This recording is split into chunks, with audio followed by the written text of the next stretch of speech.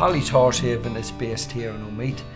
We rescue horses from all over the country, north and south. We home to all over the country as well. We're starting to home now to England, and we have homed a few horses to Scotland already. We never, under any circumstances, decided to be a charity in any shape, form or manner. We got a phone call to ask would we take our first horse, Holly. She was from one of the racing yards in the country. When everything was going good, everybody owned her. When things went bad, nobody owned her. So phone call came. Joe was the only one that knew with a bit of ground. Would he help? And we said yes, we'd take her. And then we had the ISPCA, USPCA all started landing to see. They were desperate for a critical care centre. Sometimes the horses that would come in here that are rescued are really in terrible state, aren't they? Yeah.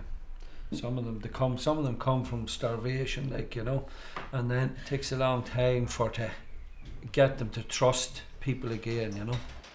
Ruby came into us, there was herself and another pony, little grey pony, from this guy who had them, and he had badly beaten them. You can see the little white marks, if you can see them there. That's where she was actually cut with the whip. When it heals up, it'll show up as little grey hairs. When she came in first, we couldn't even put our hands on her. She wouldn't let us. She'd run to the back of the stall. Now this is Bonsai. Bonsai was in a field with a lot of other horses, and he was heading to, there's no other way of saying it, heading to the meat factory. This is Andy. He's a little stallion. He's full of himself. There's times he'll get up on his hind legs and show you that he's a big man. Like, he just wants to play all the time and that. Once he's gelded, he'll settle down. It'll probably take him about 12 months to really settle. This is Megan. There was herself, her foal and her yearling just along the river by. There was when there was a lot of rain, the river burst its banks, and as far as I know, it was the foal and the yearling ended up in the water and were swimming for their lives. They had to be pulled out of it.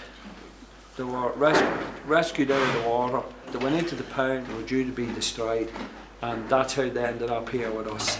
The normal pattern would be that we would get a phone call from the guards or the pounds, and they'll say, well, we've got so many horses. We always spend our time working around to see, can we make room? Most of the time we try and at least help in some shape, form or manner to take one, maybe two.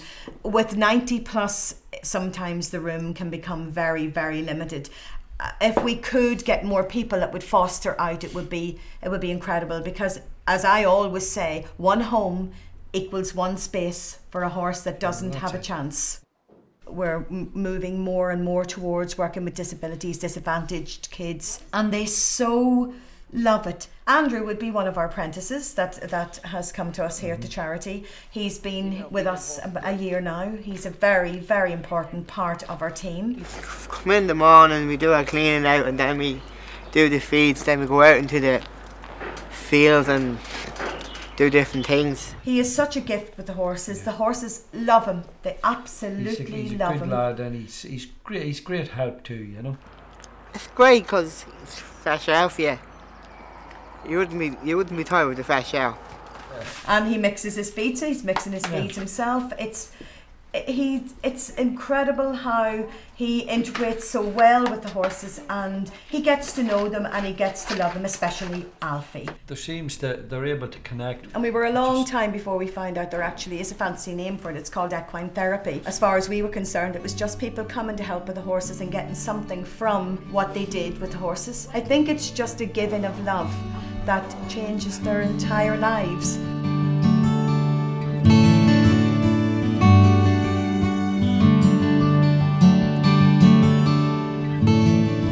Moving. It's the horses, us rescuing the horses and the horses rescuing us. Rescuing people now. Yeah.